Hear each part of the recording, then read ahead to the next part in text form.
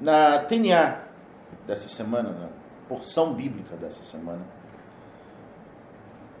que é a porção de Toldot, surge uma questão que é uma questão decorrente dentro do texto bíblico, que é a questão da disputa entre irmãos, a desavença entre irmãos, que começa lá em Caim e Abel e alcança esse auge aqui na figura de Jacó e Esaú.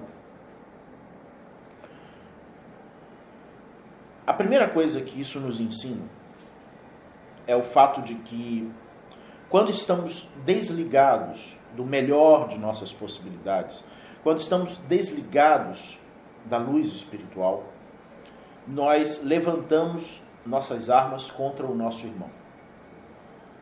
Então, levantar armas contra o nosso irmão seria um dos efeitos colaterais de não estarmos com a consciência no lugar que deveria estar.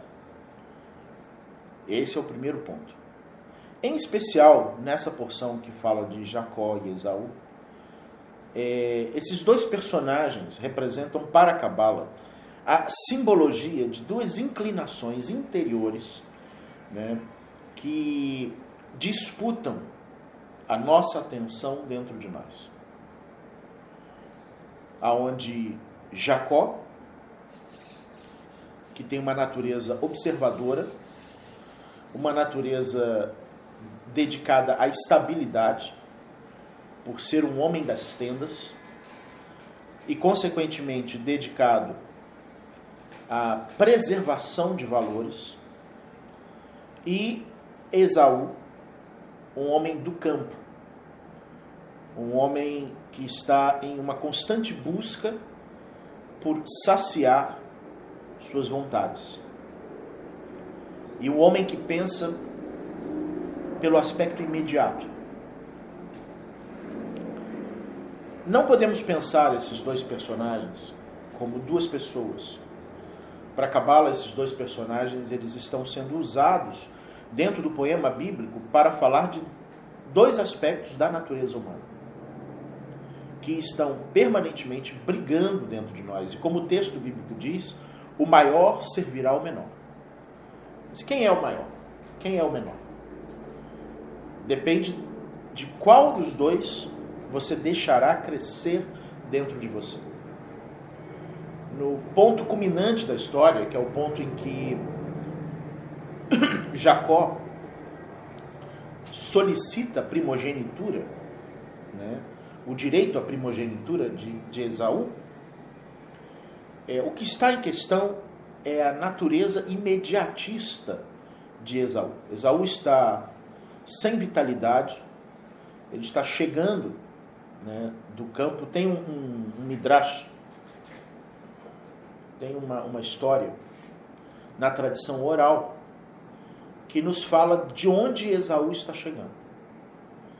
Esaú está chegando de um conflito, de um confronto que ele teve com um dos beduínos que ele encontra distante de seu acampamento, e ele tem um confronto territorial com esse beduíno. Ele mata esse beduíno e toma para ele a mulher desse beduíno. E isso o deixa muito desgastado. Ele toma à força essa mulher. E isso o deixa muito desgastado, e ele chega no acampamento e Jacó observa o campo espiritual dele e diz: meu irmão vai morrer. Porque ele trouxe para ele uma energia de julgamento, né, muito pesada. Então eu preciso salvar a vida do meu irmão. E ele lhe oferece um caldo, uma sopa, né, com propriedades espirituais que pudesse revigorar a energia de seu irmão. E também oferece, no complemento de querer salvar a vida do irmão, ocupar o lugar do irmão como um lugar de futura liderança do trabalho espiritual onde eles estavam inseridos, porque ele não tinha condições de estar naquele lugar, não tinha energia para estar naquele lugar.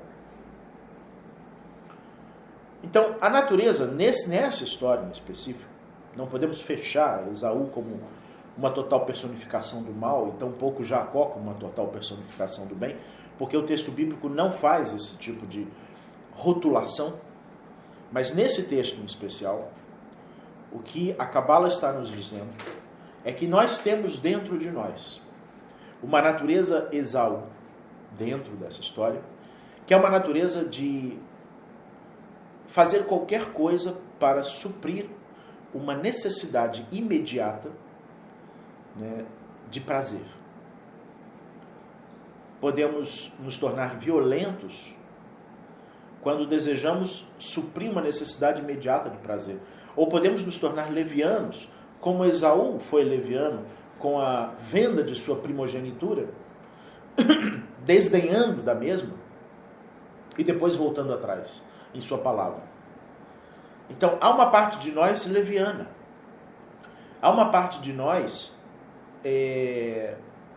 que está pensando somente no momento presente e nas necessidades e nas ânsias desse instante.